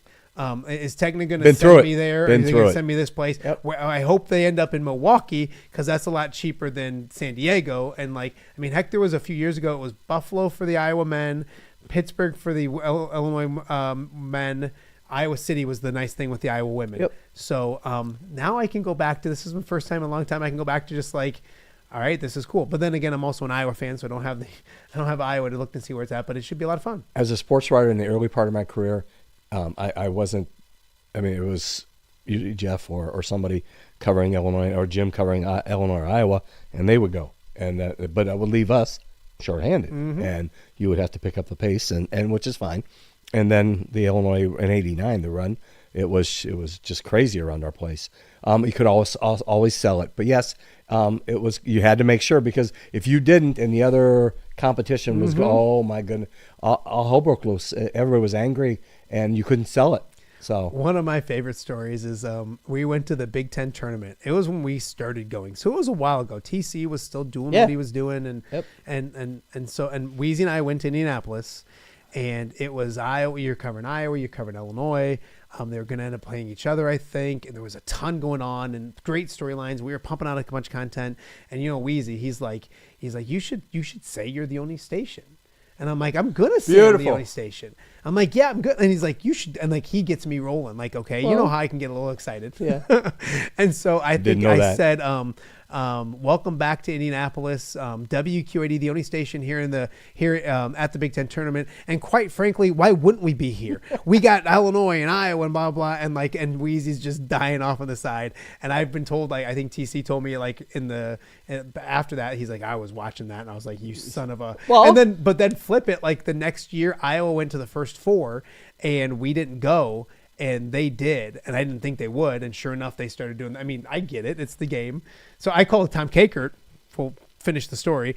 I called Tom Kakert that year. They were in Indianapolis, or they were in Dayton for the first four. And I had sent somebody with a WQAD, and I had our sister station. I think it was Chris Hassel from WHO record stuff with Kakert, and he was just my. Your correspondent. He was my correspondent. Yep, absolutely. I'm like, so you cannot say that we're not there because we are there. It's in the form of it's an uglier Tom Kakert instead of myself. But it's always you always want to tell people, it's an exclusive. We're the only. TV was worse than newspaper ever was. Yeah. And then there was always like little competition between the two, and I always be like, it's kind of a different venue. I get with breaking stuff. Yep. Like breaking stuff is completely different because you want to be. But nowadays, it's Twitter, it's social media. It's there's no such That's not the way of the world anymore. But you always no matter what, you always still want to be first. Yeah, no, there's definitely competition. So Selection Sunday is coming up on Sunday. It's been a busy week. It's been a great week. We've had Pat Anger on every Monday. God bless him for doing it. Good man. And it was an Iowa week. We had Illinois with Jim Madsen and Mike Kegley at Illini guys. They doing a fantastic job. They're on at halftime of every Illinois game, and they're on after the game doing post pods and halftime podcasts and shows. So if you're watching the Illini game tonight and you want to watch, go check that out. They do a great job. So Jim Madsen. So we did our Illinois stuff, we did our Iowa State stuff, but it was Joe Wieskamp, and I don't know if you got to see Joe's yet, but little JJ, his 15-year-old comes running up, and I'm like, and the TV side of me, it was great to see the little guy, but 15-month-old, and the TV side of me was like, the dad side of me was like, that's awesome, but then the TV side of me was like, oh, people are gonna love this, because people love dogs, they love kids, and Joe. Well, as somebody who's incorporated his children Yeah, I was going to say to every open shot that he's ever had in his life, that always, and yeah, they and did my it. children and my old friends. Don't act like you didn't get an opening shot or 12. I always got a 2. No matter where we were, I always got a 2 shot. Yeah. Always. No, And absolutely. with this side. We talked this week, and it was a lot of fun. So when I started this show, I didn't know how it was all going to look. I didn't know how much. I wasn't going to do a lot of national stuff. I'm going to do Bears when Bears are doing stuff. And I mean, it's relevant if the Cubs are good, Cardinals are good. There's things to pay. I think I know the market enough to know. I ain't going to talk about the Dallas Cowboys or all those kind of things. So that's not it. There's like people Cowboys, that get paid a if lot you're more watching. money. There's a lot of people that can make a lot more money, do a lot better job with that kind of stuff than I do. So, and I knew the Iowa, Illinois and that kind of stuff, but I always was worried, like, I don't want to get too niche, because if I start talking about one school maybe doing good over here, that's a small school and a niche that maybe likes people on the Iowa side. But what I've learned, and I'm glad we're doing it, is I'm trying to incorporate something high school into every show I do. Yep. One, it introduces my show to that community. Two, people love high school sports. They sell. And that was proven this week with the Western Big Six baseball banquet. Hats off to the Friends of Douglas Park, Kevin Corrigan. I feel bad because Kevin asked me, I guess, or they wanted me to MC it, and I never got back to him. That's okay. You big league them. No, that's I didn't. Right. I swear. And Kevin, I've told him that a million times. I didn't, but they had Jay Kidwell, who did an amazing job then. So great night. But I would argue, and I didn't get down there because of other kid engagements and all that kind of stuff, but I saw video from my brother from another mother, Corey, and his sportscast. I would argue there was much more people there than for the football and basketball. With all due respect to the booster clubs that worked their rear ends off to make those come. But yes, it was a phenomenal evening. Well over 100 parents, athletes. That's the other thing. Bring your players, let them and charge and make them enjoy the evening. I know football's tougher and there's a larger number, but there was plenty of food. So, and Bill Healy, I love you, Billy. You did a great job at the Stern Center. And the evening was perfect. There was enough raffle prizes, and they had a live auction at the end. Andy Gray, a painting, phenomenal, and then a suite with the River Bandits. So it was perfectly planned. Mm-hmm. It was planned in advance. Kevin went ahead and called people and did a great job of getting the feel, getting if there was interest, and it was. And I sat back. Yeah, I got made fun of. Schimmel said. They played the 75-year-old. Did they get after each other or not yet? No, they did. They were all so really, we need to work on that for next year. And they will. Yep. But I'm the only one that Schimmel, I was the only one that got jabbed because Schimmel said I was all conference player on the first-year team at Allman 75 years ago, which is fine. Yeah. Go ahead. Yeah, I think they will. Like get that with the basketball coaches and the football coaches when they're new. And it's the first time doing it. Afraid. Get it. Bryce was afraid. Thomas is an above reproach kid. Thomas Smith, the Allman guy, phenomenal human being. Love being around him. Great mentor. And if you ever want your children to be around somebody that does things the right way, hang out with him. Jake Scudder, one of my all-time favorite people. Have the greatest respect for him. Love coaching with him in the summer. Craig Schimmel, absolutely one of the best guys on the planet. And I don't know the Coach Best that's got the job at Geneseo. But I do know Joe Nichols, and I'm a huge fan of his, who's the AD, and they switched baseball coaches because the administration side of things for Coach Nichols, who's also a phenomenal baseball coach. And Jeremy Pickrell, always been a fan. He knows the game. Not real welcome in Galesburg. I'm not. Yeah. But you'd be surprised. You're probably not real welcome in a lot in of places. Quincy, and I don't care about that. Rock Island. I love Coach Little or Rock Island. Yes, but you know how I am with umpires, and that's not going to change. And first of all, umpires, the show's not about you. Okay, he's talking to you, Don. Well, you know what? Let's be really serious. Don is phenomenal as an umpire. He missed a call. He missed a call in an Allman game we can talk about. Yeah, but Don, you know, and Jackson Kevin was safe. You know it. Kevin Ferris. Kevin Ferris, Mike Botts, in order. Kevin Ferris, Mike Botts, Don. All three, you could throw them in a bag, pull them out, and those are your three best umpires. Brett Brewington, I still wish he does basketball. Wish he was still doing umpire. Phenomenal. And this is all the shortage of umpires. I believe is the reason we are playing the dumbest thing in the history, and it's not athletic director's fault.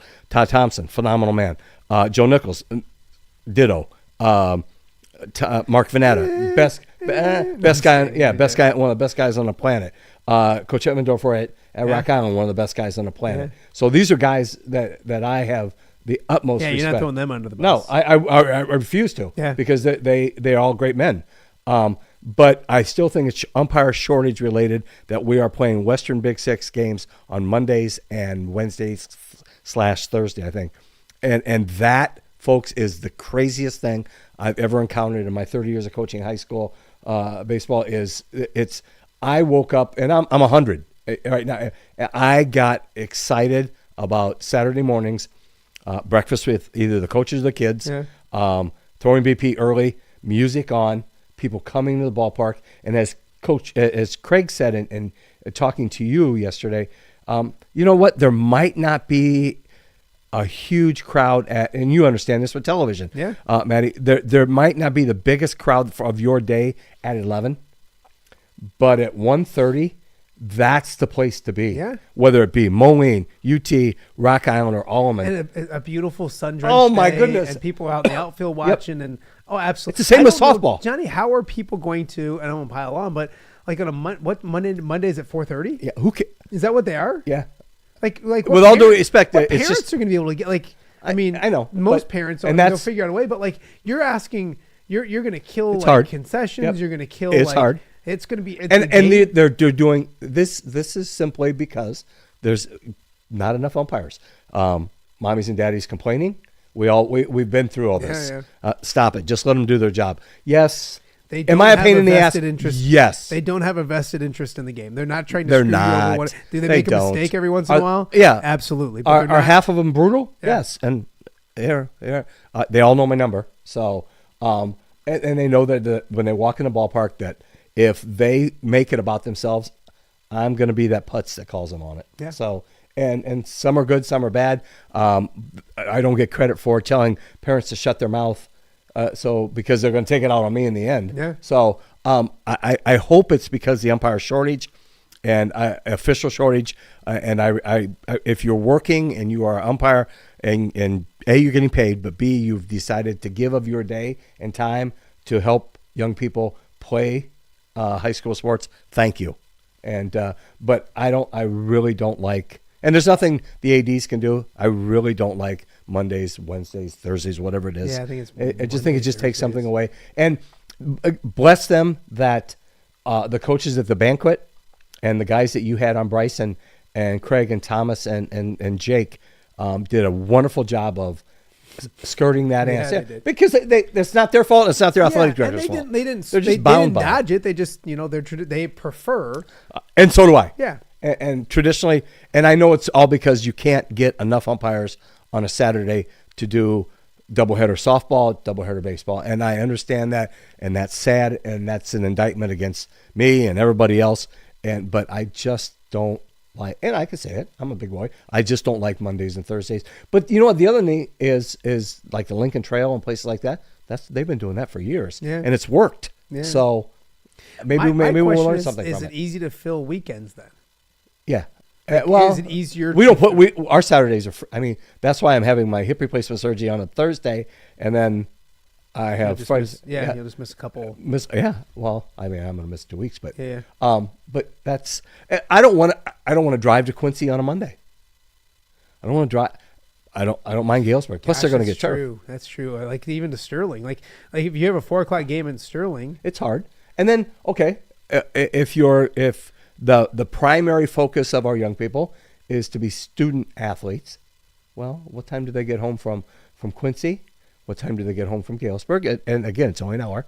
What time do they get home from Sterling? It's still an hour. Yeah. Okay. On a Monday or Tuesday night where you could be playing Saturday morning. What's softball doing? They kind of switched a little bit last year. I don't want to say. Yeah. I can't give you an honest answer because I don't know. Yeah. But I do like that Blake Humphreys, the almond. He's done a great job. I know he's your boy. No, I don't. But again, if you want to holler at me, he threw a Pringle can at me once when we were younger. Well, he should. Ever since then, I just don't. No, I think I threw it at him. Anyways, but the thing of it is, it's just, and as the other coaches said, it's tradition. We're used to it. We've done it since 50 years. Yeah. So no, but I do remember going to places and like that was the thing. And as a TV guy, I knew like you could plan things. It's like, okay, the game 2 is more important. Game 1's more important because they could clinch game 1. I remember rooting like, hey, I hope they win game 1 so I can get to someplace else in game 2. You can plan your day out a little easier, and that's all for coverage and stuff like that. But I think people think that way too. It's like, hey, my Sunday's open, my Saturday's open. I can go, and I would say the casual baseball fan thinks that way too. Like I would think like some of those guys that love high school baseball can go. Oh, Alleman and Rocky are both home for a doubleheader. I'm going to start Rocky Moline. I'm going to get game 1 there. I was that guy. And then I'll head over and Alleman's playing UT. Been that guy. I'll get game 2 over there. And that's not the way. But I mean, obviously things are changing. Sports are changing. And a couple of years ago, I was sick in the spring and didn't coach, and that was my Saturday or my rehabilitation from surgery was going to a Rock Island game, game 1, sitting in there. Coach Scudder letting me sit in their dugout, and then going to watch something in game 2. Yeah. So it's fun. I'm old, and I'm really not afraid if they're going to yell at me. You're a young pup, John Marx. You're a young pup. So, before we let you go, before we let you guys go, because we're going to wrap up a little. I went long yesterday. That was awful. I was supposed to talk at Rotary. Oh yes, I do want to talk Maddie about Miller. That. So Joe Moreno's granddaughter. Everybody knows who Joe Moreno I'm so is. glad you remember that. The Quad Cities Marathon and all the literally everybody knows. Everybody knows who Joe Moreno is. He's such a good human being. Yes, his granddaughter, Maddie Miller, is a distance runner at a junior at the University of Illinois Springfield. Yeah. And I wrote this down this morning just so I wouldn't forget it. She's ranked 10th in the nation in the 5,000 meters. So I hope she comes home and smokes Grandpa every time they take a run. So Joe, if you're watching, and I'm sure you always check in, she's phenomenal. She got everybody else's ability but yours. But no, we all know Joe and Joe I looks love like him. I mean Joe's still running like a maniac. In better shape than we'll ever be. He's unbelievable. Where did Maddie go to? United Township. I was going to say. I remember covering the name. I didn't know that was his granddaughter. Yeah, I know. So that's fantastic. It is, and then you like to tell positive stories about young people, and she's a great person, and B, she's a phenomenal athlete, and we all know what Joe Moreno has done for our community. I love that. Hey, next week on the show, speaking of we love Quad Cityans that go on and do good things and represent our area. And I think you probably know Matt Drinkle. Oh, he's the head coach now at Central Michigan University. I believe Wednesday we'll be having Matt Drinkle on the show. So excited for that. Also on Tuesday we have Bandits owner. Not Bandits. I'm sorry, not Bandits. Quad City Steamrollers owner, Doug Bland, is coming out to the house, hanging out in the studio, and making the drive out to rural Milan and kind of hang out for us, kind of talk about, because Wheeler season's right around the corner as well. And also, Jaliana Guy recently played this year at Bettendorf. I think moved back to Clinton. Just committed to Stanford. So going to effort to try to get her on the show on Monday as well. So Make a lot of stuff already. Ask Coach Drinko about Coach Micheletti, who was my son's first college football coach. Jackson was a long snapper. And Micheletti was PV, right? No, he was an Allman guy. Oh, he's Allman. Okay. Who went to Ambrose football. Yep. Went to Kansas Wesleyan with Drinko, and Jackson went to him and played all 10 games in his first season, and went to him and said, "Look, Coach, there's a Division I program that would like me to. I can't tell you who because it was illegal. Would like me to be their long snapper." And Micheletti could have said, "No, the hell with you." No, man, put his arm around him, said it's the greatest thing. We can do this. We can tell people that we had somebody who started in our program is now a Division I football player. Yeah. So that's a lot of Drinkle as well. Out there, and I'm going to mess it up, but the OC and they run the ball. The OC is the quarterback from Assumption more than a few years ago because I'm old. But so many Quad City connections. Fullback. The OC, the Rusty Van Wensing is up there from PV Iowa up to there. They just hired Dylan Doyle. Oh my God! On their staff as a coaching staff. So many great connections. I've been chasing him down from He's not a that great dude. I think I called him one time, and then I texted him, and he texted me right back with, "Man, I'd love to." They start spring practice. Still chasing down Charles Juggasall. I'm supposed to get him maybe next week as well, and it's not a Charles thing. I want spring practice is hard. Matt. Let me get on my little high horse for a second here. Okay. Or thank some people. I deal with the University of Iowa and Illinois a ton, and Matt Weitzel and James Allen and Bailey Turner. All those people are like, and I don't know if I realized how good they were. I knew they were good and good to you and all good to us and the media and all that kind of stuff, and did a great job.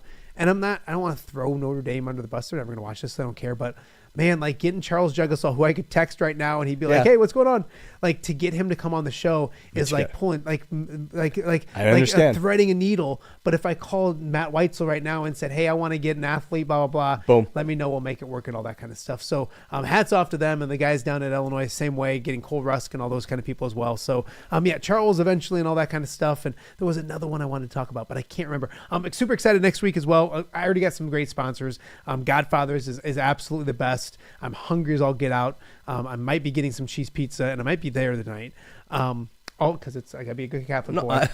Also, if that's what doesn't get me at the pearly gates. Also, want to thank my guy Snoop. Chips and salsa, the best in town.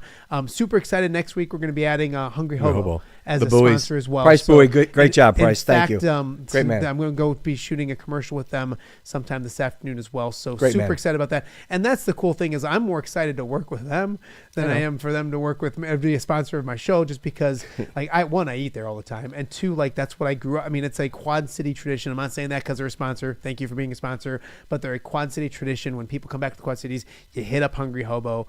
And so super excited about them. And then also in the next week or so as well, Rafferty Funeral Homes is going to be starting. Now you speak well. Yeah, you just exactly. You're talking my language. Exactly. So I got to thank my sponsors because that's the only way my wife's going to allow me to be a knucklehead and do this every once in a while. I know. And your shoulders are still sore, Mrs. Randazzo. But she's raising 5 kids. I know. 4 her own and then me. And then the oddball. Like Pat Anger always says, every woman likes a project. And that's what. I've been with 30 years. That's what Mary got. That's what I got. That's what Tanya got. Yep. So absolutely. So I want to thank all them. So we got a lot planned for next week as well. Also, it is the NCAA tournament. So we'll get the brackets out. There'll be a ton of stuff. Go Auburn. Rob Brooks talked about he'll be with us on site from some games as well. Cool. So he's awesome as well. So you're awesome. One of my favorite people. This is one of my favorite shows of the week because this is kind of what I love the interviews, love doing that kind of stuff. But every once in a while, I just want to take a day and talk sports. And this was fun to do. I appreciate you. I owe you a lot. I'm sure I got in trouble for something. My wife, I don't know if you know, like now that's a mess over there that people can't see, but like this is as clean and vacuumed. I know. Because I said to my wife yesterday, Johnny's going to come out, and she goes, that place is a mess upstairs. There's trash everywhere. And I was up till like midnight, 1 o'clock in the morning, vacuuming, moving stuff around. Not for you, but it was more to make my wife happy. It's not you. I could care less. I couldn't care less about what you're doing, but it's we always have to keep her happy. Keep the wife happy. Yep. So thank you guys for watching the entire week. Throughout the weekend, make sure you tell people about the show. Go back and watch some shows from this week if you haven't as well. And we'll talk to you guys next week with a whole new week of Off the Air with Matt Randazzo. I got to find my little cool logo that I put up at the very end of this thing. It's a well-oiled machine. We'll see you guys next week.